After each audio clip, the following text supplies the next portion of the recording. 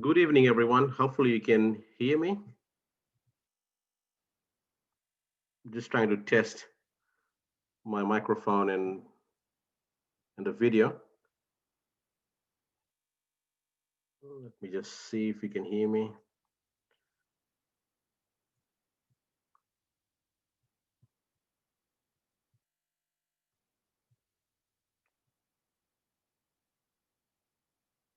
All right, there you go.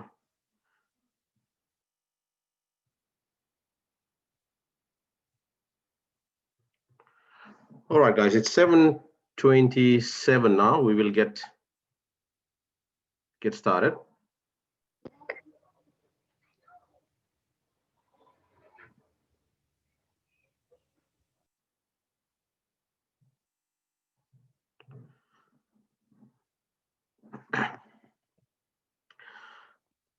I'm just waiting for two more to join us. I was told that we'll have 11 participants.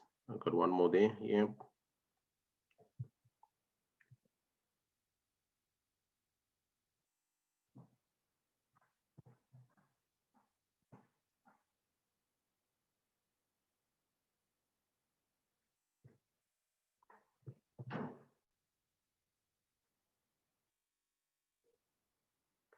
All right, let's get started. I'll have a brief PowerPoint presentation to take you guys through. And then, of course, towards the end, I'm happy to take any questions, if you have got any to ask at this moment. So, first of all, let me introduce myself. My name is Satnesh Lingam, and I'm the learning area convener or the head of maths here at CRC Syden. And this presentation is meant for those students and parents who will be undertaking VC General Maths Units 1 and 2 next year. And of course, the students would still be in year 10.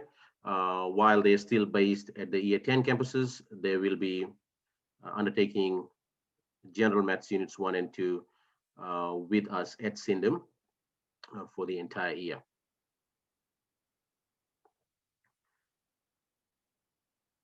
All right.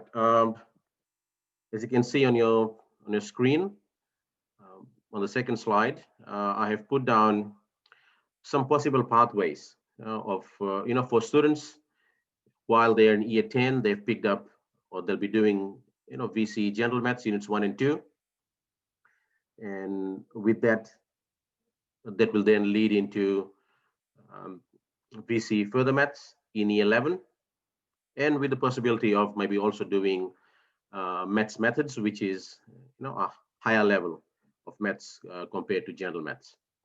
Of course, this all depends on the results, on the capabilities, on the interest, and if they are willing to put the hard yards in to get the results required. And then once they finish off further maths, which is a unit 3-4 at year 11, moving on to year 12, that could possibly open up an option of doing maths methods. That also depends on what other maths they're doing at year 10, back at the year 10 campus, and what other maths they'll be picking up at year 11, right? So to do maths methods in year 12, students need to do maths methods units 1 and 2 before that. So for for you guys, it'll be done at year 11 level. So that's the possible pathway you have got. Now, of course, it's not compulsory to to continue with maths at year 12. Right? Some of you might decide that, of course, I have done my further maths in year 11, which is the year 12 maths, and when going up to year 12, right, you might decide to pick up maybe some other subject, right? So that's that's an option for you guys. And when we do the subject selections at the end of the year or towards the end of the year, then we can start having these sort of conversations on what you want to do the following year. And the reason why we are offering this option to the year 10s, right? Normally, of course, the general maths units 1 and 2, it is done at year 11 level, but you guys are undertaking the accelerated pathway. That means while in year 10 you are basically picking up a year 11 subject, And when you come to year 11, you'll finish off your year 12 subject, and that leaves you guys some room in your timetable to maybe, start up uh, a particular university step up program. Right? These days, there are, quite a few universities out there who actually offer these step up programs to year 12s. What this basically is, uh, you're able to do a couple of units, university level units, while you are still in year 12. So that means when you continue with that program at uni, you have already finished a couple of units. So which university which we go with, that of course will depend on the quality leadership approval, and then we'll create a partnership between the universities. How the program will run, when it will be run, that will be negotiated between the college and the universities. So that's an option for you guys when you are at year 12. All right. So the whole idea of starting off VC while in year 10 is to give you that added option in year 12, whether to pick up maybe an additional subject or to start your pre-university program. And the reason why we do that, as I've already mentioned, um, I think one of the great reasons of doing this is experience that life, after finishing year 12. Many times, we hear students, coming back and telling us that university life is totally different, right? The experience is totally different to what we do in year 12. So if we are able to, create some sort of a pathway, some sort of a transition for the students into university while they're still at year 12, it'll benefit the students quite a bit. So depending on how well you do in a subjects, right, whether it be maths or any other subject, if your scores are good, if you have got that independence, if you have got the patience, right, if you have got the commitment to undertake the university step up program, that option would be made available to you. Right? And in this case, of course, basically while you are still in year 12, you're doing a university program. So all the materials, all the course materials, the lecture materials, everything would be provided to you from the particular providers. Right, so that was your first option, right? Second option could be, because you guys are doing, basically if everything goes well, you'll be finishing off your year 12 maths while you are still in year 11. That means when you go to year 12, that gives you the option of maybe picking up another unit 3-4 subject. There are quite a few unit 3-4 subjects which don't have a particular prerequisite, right? So that means a unit 3-4 subject in quite a few areas, students are not required to complete units 1 and 2 first to be able to enroll in unit 3-4. Of course, but then again, there are areas like, for example, maths. Any year 12 maths requires, first of all, for students to do year 11 maths, right? So, but apart from that, so that's also an option for students, right? You can pick up another unit 3-4 subject. Students do that in some cases as a safety net. They have that additional subject there. So in case, if the best 4 subjects, something goes wrong there, right? The exam didn't go well and all that. So they have got a backup to fall back on. Also, by doing 6 unit 3-4 subject, students get an increment of 10% towards the ATA, right? From the 5th and 6th subject, 10%. It's not a huge increment, but slight increment does make an impact when we compare, your ATA across all the students in the entire state. So that's also an option. All right. Apart from that, another option could be, right, and of course that depends on the school's approval. If you have finished your, let's say, your maths, your year 12 maths while you're still in year 11, and when you go up to year 12, you might decide not to maybe pick up any university subject. You might not decide, to pick up any extra 3-4. That leaves, some space in a timetable, which you can use for private study, which that time can then be used, to improve on your learning in other subjects, right? So that's also an option available to you. So all this depends on students completing their Unit 3, 4 subjects successfully while they're still in E11. Right, since this program will run next year while you guys are still based at your Year 10 campuses, right? And I think we have got most students coming from the North Kilo campus. So we'll be running this particular class in one block once a week, and we run that normally on a Wednesday. So students will be coming in, starting the class at 1:50 p.m.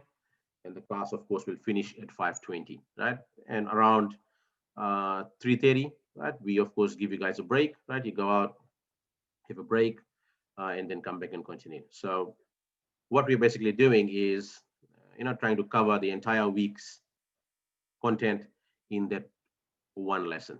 Right? I know sometimes it will become a bit hard, but that's where your work ethic will kick in.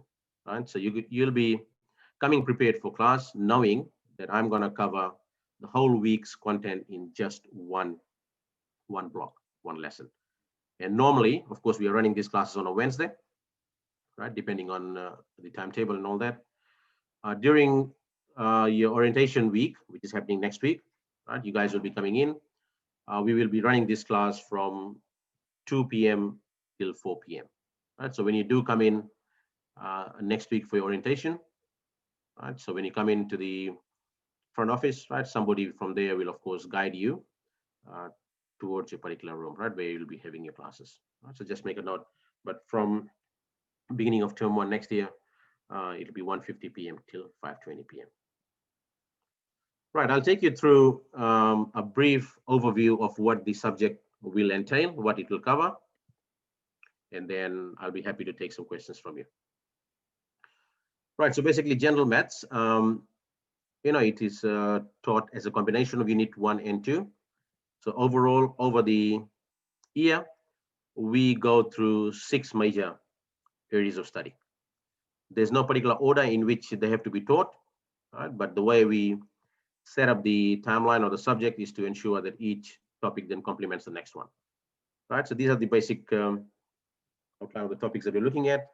Area of study, arithmetic and number. So this is where, we look at the basic operations, order of operations, converting numbers to different orders, estimation, rounding off to the given decimal places, calculating ratios, proportions, percentages, right? All these things will be covered. The basic arithmetic, but the skill which you'll be then using on, you'll use on the later on topics.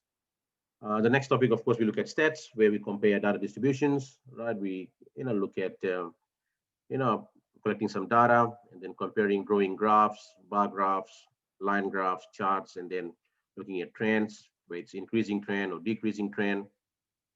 And we look at, future predictions. So all these things then come under the topic of stats. Area of study, next one, we look at the algebra and structure. So this is where when students will be looking at linear functions and equations, forming linear equations, solving it. A bit of it is, of course, you guys have already done in year 9, and you'll be doing it in year 10 in normal maths, but we'll cover that in general maths here, right? Constructing straight line graphs, trying to find out things like the x and y intercept. Again, drawing a straight line graph, finding the slope, right? So all these things will be covered in this particular topic. How we transpose equations, right? If an equation is given to you with an unknown, how you transpose that and you find the unknown. Unit 2, then again, there's 3 areas which we'll look at. Area of study, the first one, we look at discrete mathematics, and we look at number patterns and recursion. Then another topic is matrices, and then we also look at graphs and networks, right? So these are, of course, topics which then lead on to further maths the following year. Graphs of linear and non-linear relations, right? Again, we talk about straight line graphs, finding intercepts, application of straight line graphs, and then of course we also look at non-linear, right? graphs whereby we compare two variables, whether one is increasing or decreasing, and how they are related to each other, and then we apply that theory into practical situations. And then the final area of study in Unit 2 would be arithmetic and number. In this particular topic, we look at largely we talk about financial maths, right? We look at things like investment, taking out a loan, right? We look at things like if somebody takes out has a credit card, calculating interest, closing balances and all that. So I think financial maths is more so practical based, and this is where I think this comes in handy to the students. Things like they're able to calculate the tax rates, how much tax they are paying, right? They're able to calculate how much salary or wages they're receiving from their part-time employment. Then we look at investments. You put money in the bank, how much the bank is paying you on your investment. Take out a loan, right? How much you're paying interest there.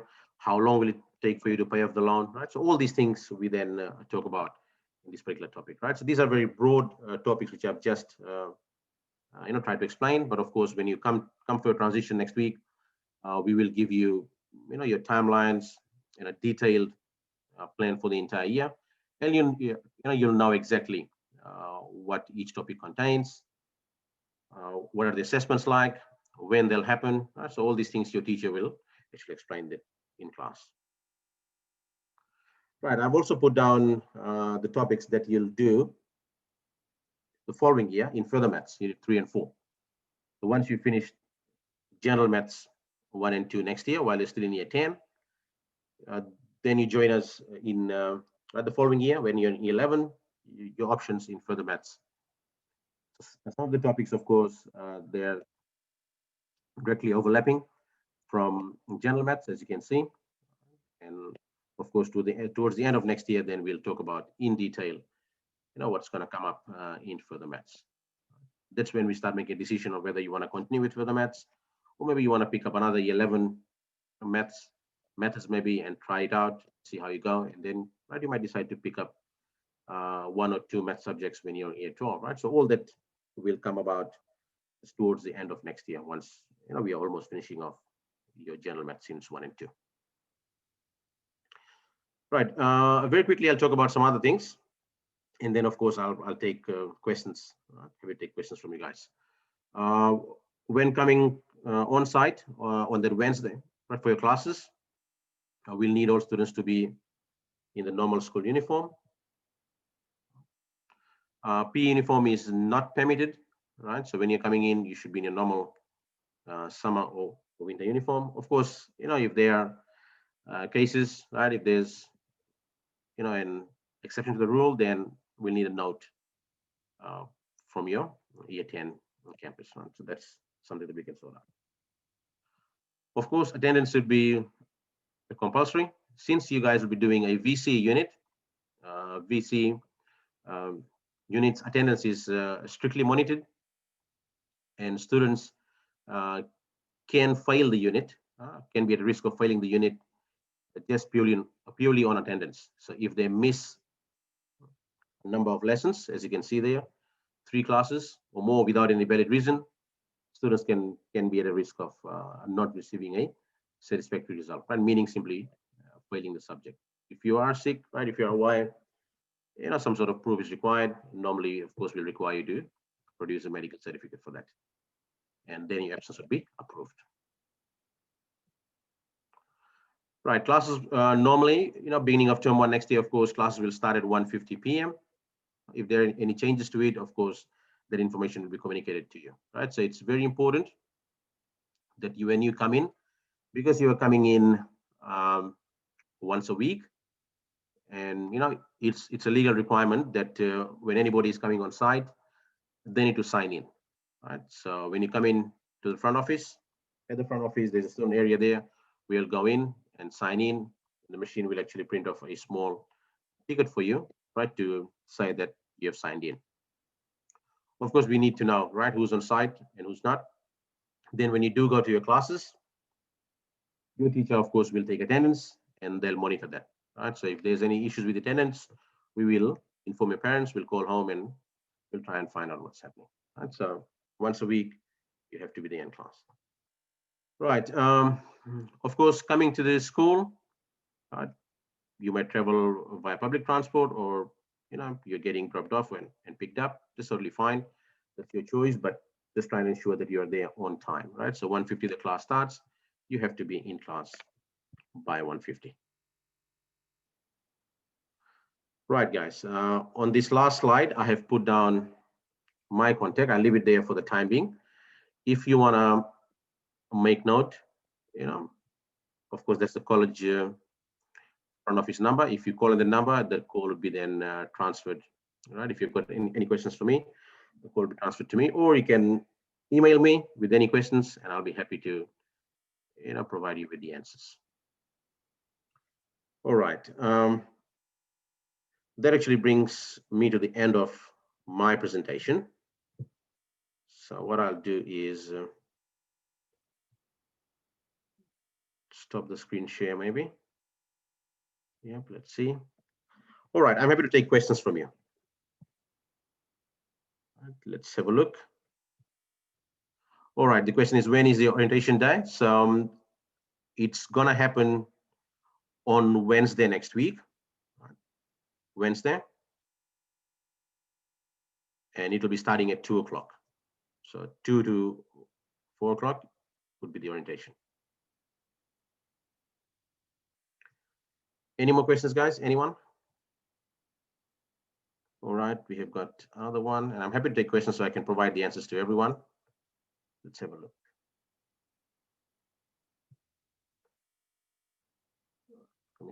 People. All right, so the one question, what do you need to bring? So when you do come for the orientation, what we'll need from the students is, of course, your writing materials. That can be a normal exercise book. The textbook would be provided by the school. Right? So we have got a book hire scheme here. So your general maths textbook, once you come in, it'll be given out from the school. So just bring in your pens and pencils, your exercise book, and I'm not sure if you guys have already bought your CAS calculators. In fact, I've got one here. I'll bring it up on the screen. If you've already bought that, I think most of you should have one of these, because I think in year 9, right, you guys would have used this anyway. So you'll need one of these. If you haven't got one, you will need to buy one. Right? So at a local office works, because you'll be using that same CAS calculator for all the math subjects right through. Right. What support will be available during the week between lessons? Now, of course, the contact time would be just once a week. Let's say every Wednesday. So in terms of face-to-face contact, the teacher would be in the classroom once a week. But apart from that, we also have maths help sessions running on a weekly basis. Right. So this year we've been doing it on a Tuesday afternoon, whereby we provide something like a one-on-one help to the students after school. So that option is available. In fact, with this COVID environment, we can also have set up some sort of an online or Zoom session. Right? So something that we can work out. So at this stage, because this is the first time we are running, in fact, this year 10 general maths subject in a vet block once a week.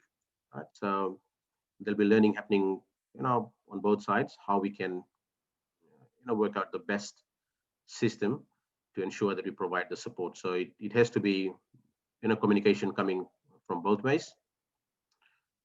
And let's see, another question we've got here for the orientation coming up.